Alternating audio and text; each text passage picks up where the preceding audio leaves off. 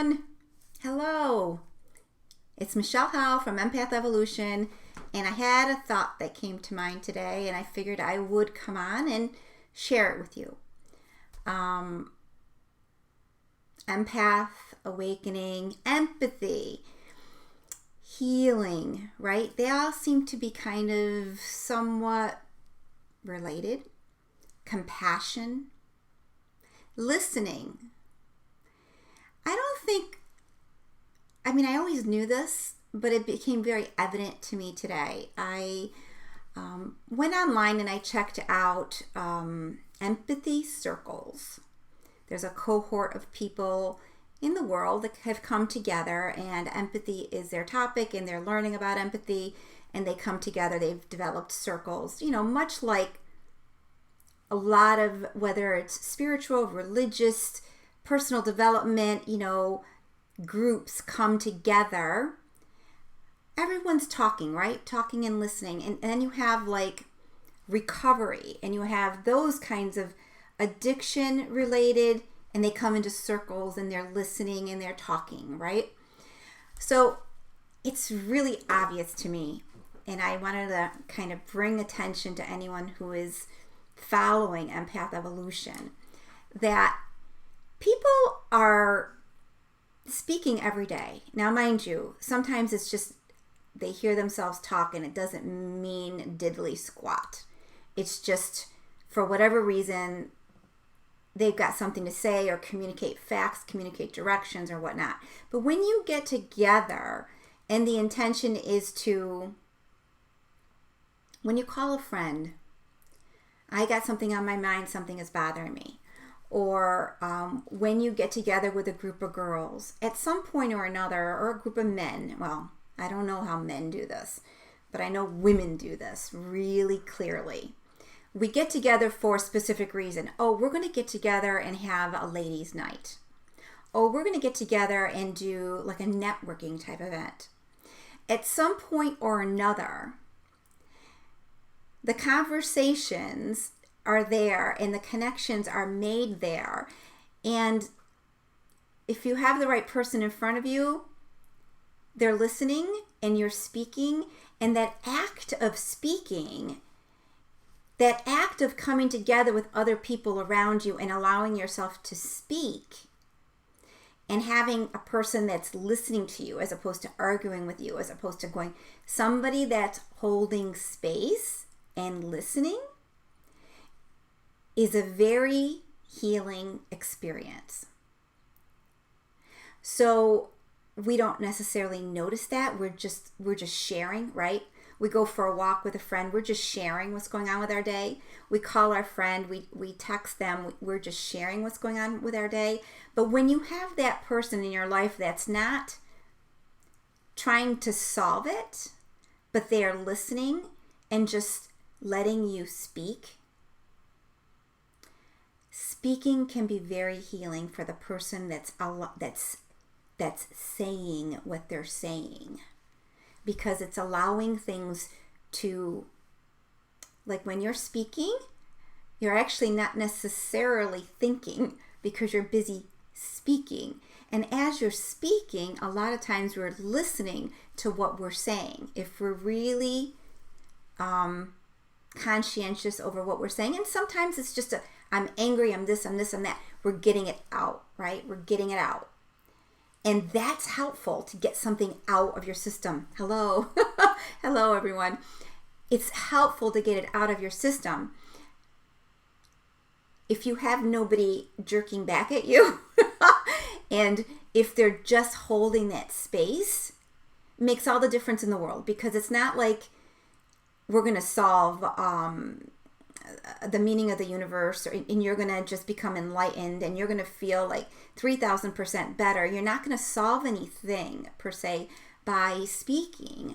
You're just getting it out. And if you get enough garbage out of you and you become more clear, what you speak becomes more enticing, more positive, more clear, more empowering. It's like I find that a lot of the people that are my peeps, empaths, highly sensitive, people that never knew this was even a word, but they're very empathic, all right? They're very, very empathic. They are the listeners. And that's a blessing. The listeners also need people that listen to them, because in speaking, when we allow our voice to express itself, what we feel, what we think, what we've held back from saying, and a lot of times we hold back from saying because we're afraid we're going to just blow up, or we're afraid we're going to hurt someone, right? But in that holding back, it doesn't allow you to express. Expression is art, just like writing, just like painting. Expression. Give expression to who you are. And no, you might not have somebody in your life that's going to listen to you. They might be annoyed by what you're saying. So find an alternate way of doing this. Find circles you can join that are specifically just there to help you become more empowered in who you are. A lot of times we don't even know what we think, or we don't even know what the problem is until we speak it. So I laugh, I chuckle a little bit because, I for a long time, I was very involved with networking and entrepreneurs and business development, and I still am to a degree. But all these women would all get together, right? And, the idea was to network. Well, guess what? The way I look at it, every single person that I meet, I tune into who they are. I know, I get a feeling. I don't want to say I know. I have an insight into how they feel and what their pains and their stumbling blocks are. I don't say anything to them, but I know when we all get together, all the top agenda for each one of us is to become more empowered, more aware, to release things that upset us or hurt us or that cause confusion. So this group event, under the pretense of networking, is really there helping to facilitate healing and raising the vibrations of the people there. Now, mind you, in order to have like a positive group of people coming together, in order for something to feel empowering and open and you want to go because you get so much out of it, like, it's not just the content.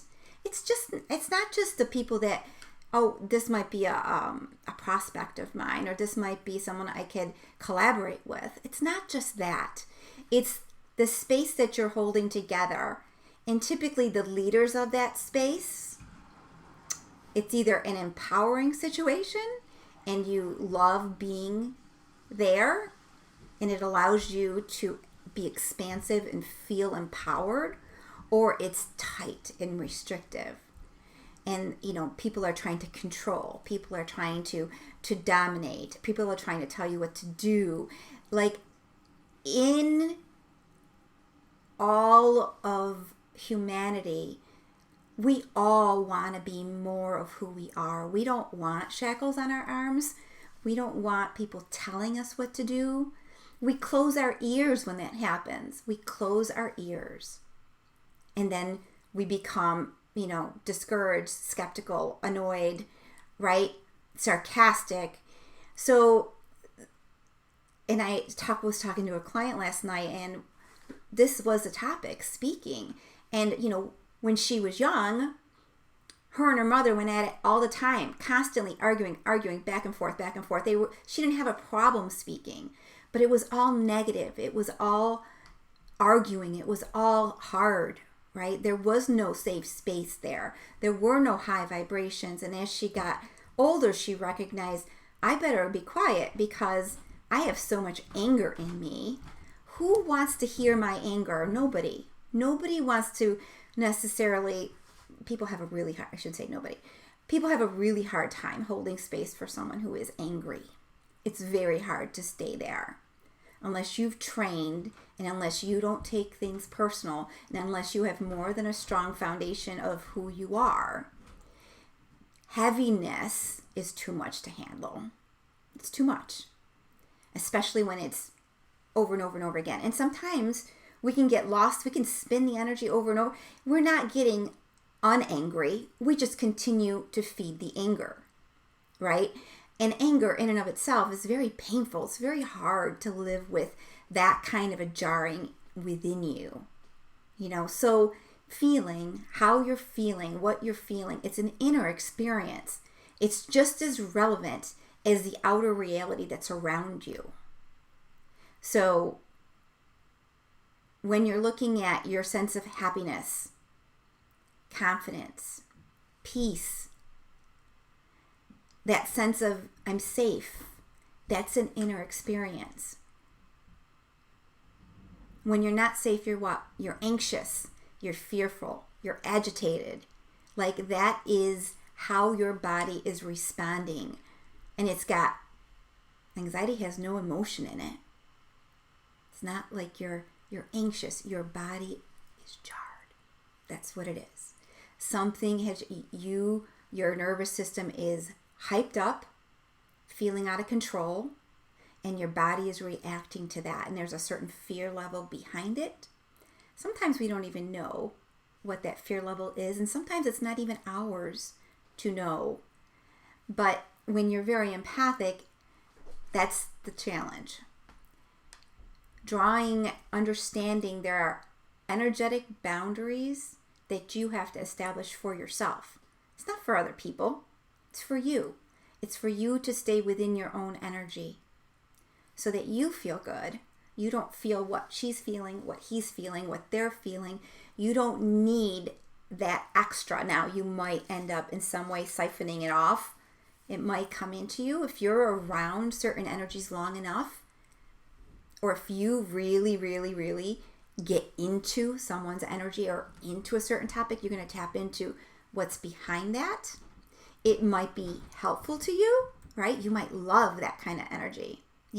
How many of us watch dramas and action-filled movies and whatnot?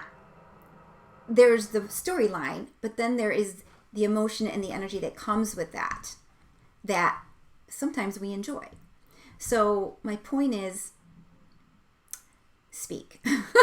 Speak. Allow yourself to speak. Even if nobody's in front of you, put the mirror there. Speak things aloud, because you will get so much information. You will release so much. And if you can, find that group that allows you to do that. Find that safe space that is there. It is hard to find people who want to listen. It really is. And listening is a skill. More importantly, listening to yourself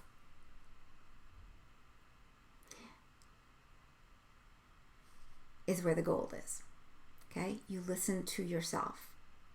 You clear things that you have stopped yourself from saying by saying them. Even if you're not saying them to a person, you're not throwing something negative at someone. You're not accusing, you're not blaming. You're just allowing yourself to give voice and expression to how you're feeling in this moment. All right? At this time. The more you allow that to happen, the less you'll stuff away, the better you will feel. And remember, we do not change other people. They could be 3,000% wrong. We do not change them. We change us. So that what they do is there for them. It does not need to impact us. It may frustrate us, may confuse us, it may upset us, it may anger us. The question becomes, why? Why are their actions impacting you? Oh, because you can weave a story 50 million different ways as to why what somebody else does impacts you. But at the end of the day, you're the one that's stuck with those feelings. Somebody just triggered you. And there's pain behind that. And there's judgment behind that. And there's your humanity behind that keeps those emotions, those feelings, those ways about you, those patterns, very active. And it's not till, you feel enough pain, because you're the one that's feeling it, not the other person. You are. You might be throwing it at them, but in order to throw something at someone else, you've got to feel it. And when you are a natural feeler, an empath, a heart-centered person, that is not going to feel good to you at all. You just punished yourself, okay? So that is the journey. The journey is one of self-healing. Speaking is a tool. Speak more. Certainly listen to other people, but prioritize speaking and listening to yourself. Allowing things to move from your physicality. It may not be comfortable. It may be perfectly fine. Depends on how you look at it. I think it's very, very, very empowering to speak. I think it's very, very, very empowering even to speak when you are vulnerable, when you are upset, when you've been hurt. And the emotions will come with that, and the emotions will release because you're allowing them to bubble up and come to the surface. Stop shoving them down. Stop, here's the hammer and the nail. I'm going to put these in this box and I don't want to see you again. I don't want to feel you again. Get out of here, right? At the end of the day, when you have nothing hidden, there's nothing to poke at.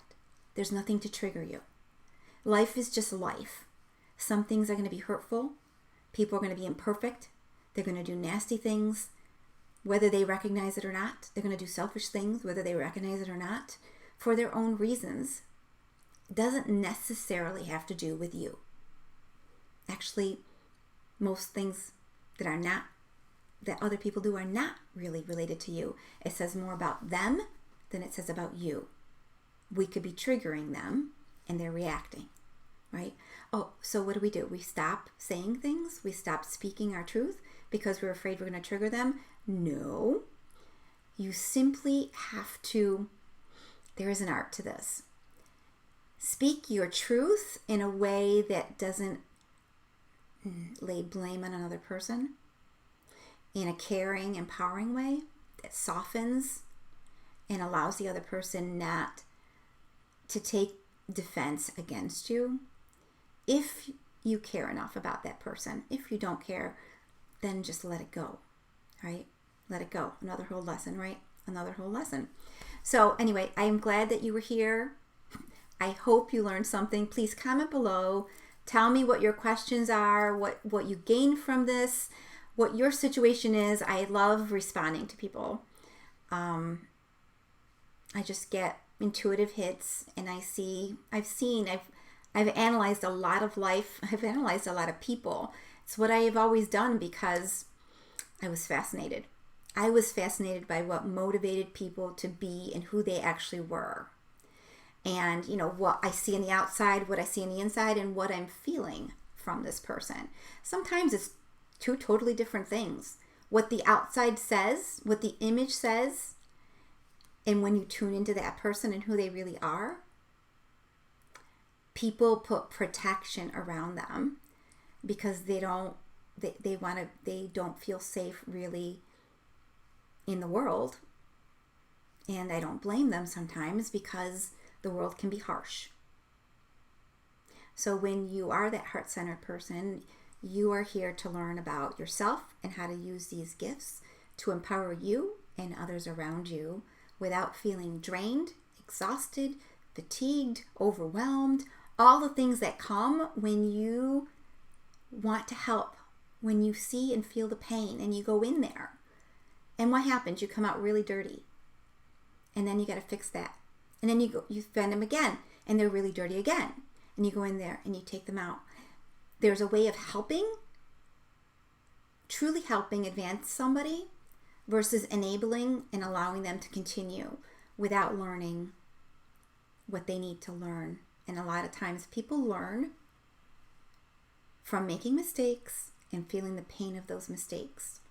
If they don't learn, they repeat it again. So we're all in the same boat regarding what we're here to do. So having that compassion for another person that may or may not know what you know, may or may not be as far, has had a different upbringing, has different challenges, different wounds, is important. So that holding of space, and I know every empath knows how to do this, but it's for us to share this with others, the value of this. Because whether they recognize it or not, they're all trying to find their way through life without the struggle and the pain that they can numb easy enough, for a certain period of time, and then they get blown over and they have to address it. So I thank you. Thank you for being here. Follow us, look up the group Empath Evolutions Community. Find me on Facebook. If you'd like some talks at any spiritual events or workshops, I do those too. I think that's it. All right. Have a great day.